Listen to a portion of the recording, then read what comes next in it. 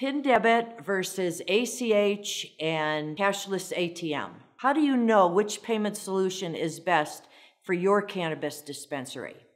Hi, I'm Ginger Gay. I'm going to start by talking about PIN debit a little bit. You have a credit card terminal which does only PIN debit, and the customer dips their card and enters their PIN. The money goes directly to your bank at the end of the day in the batch. It is considered cash. It cannot be charged back. It cannot be contested, and it is the exact amount of the purchase. Now I'm going to talk about some of the other solutions and come back to a few more details about True PIN Debit at the end and talk a little bit about the fees and our zero cost program with True PIN Debit. So another solution is ACH, and ACH is a bank-to-bank transfer via checking accounts. It works like this. The customer downloads an app in their phone, and then they enter their bank credentials into that app, and then they enter the amount, and it's transferred to the merchant's bank account. Now, customers are a little bit leery of this because there's reluctance because they're giving out their bank information into an app that the merchant has access to. Even though it's protected, it still develops some reluctance with customers. It also is a little bit time consuming. They have to go in and do some stuff in their phone in order to pay. It's certainly not as simple as dip and enter my PIN and I'm done. ACH, there's reluctancy for ACH also with merchants because when the amount is entered and the transaction is completed by the customer, the funds are checked to make sure there are enough funds to handle the purchase. However, the transaction takes a couple of days, and by the time it's ready for the transfer to the merchant's bank account, there may not be enough funds. So online ordering for cannabis is used a lot by dispensaries who want to make it easy for people to order and then come in and pick it up. And the customers want to pick it up the same day. So to make the process easy for customers, they have this online ordering, pay by ACH, and then guess what? The customer comes in, picks it up, the product's gone, and there are times then when there aren't enough funds to cover it and the merchant is just out the money. So ACH is adapted, it's used, but it's not 100% really good solution for customers or merchants. There are also wallet solutions that are similar to ACH processing. For example, there's an app out there where a customer can use their credit card to purchase money to put into a Venmo account for the merchant. And then the merchant can access the money and complete the purchase.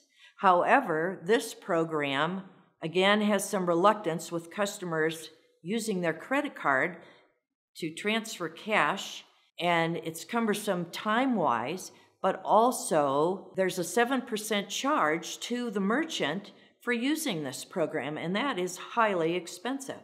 So another solution you're probably familiar with is cashless ATM. It began as a workaround to the credit cards. It takes a debit card, you put it into the terminal, and it rounds up to the next $5, and now the bud tender has to give cash back for that rounding to the customer. It also adds an ATM transaction fee, usually about $3, on top of the transaction for the customer to pay. Sometimes the cashless ATM processors also add fees on the back end to the merchant. This solution a lot of times is used by somebody's Visa or MasterCard debit card. And Visa and MasterCard do not want any cannabis purchases running on their network because it is not federally legal. And so they've caught on to this workaround that's been used for the past 3-4 years, I'll say, and they are now able to search for and find transactions that are rounded up to $5. If some merchants' transactions are 85, 75, 80, 95, 65, they know they're using a cashless ATM. So they are now sending messages to those merchants, shut it down, or we're going to fine you, we're going to shut you down. So this process is also cumbersome for the bud tender, and it's losing its allure, I'll say. So along comes a true PIN debit solution.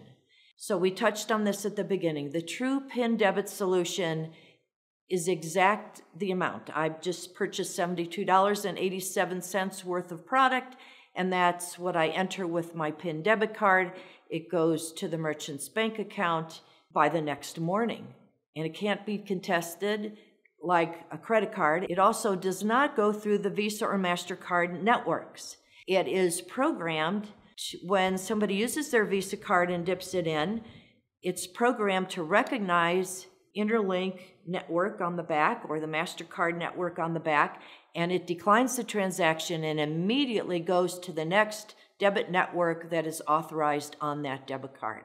So it is truly legal and compliant. Now, the fees for True PIN debit run approximately 3.8%.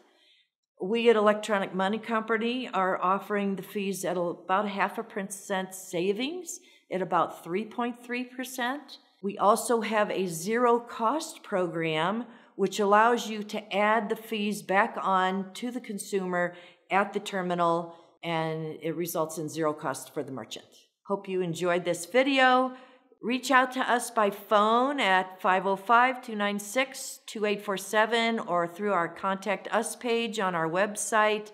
I am offering a free terminal for anybody who sees this video and contacts us right away.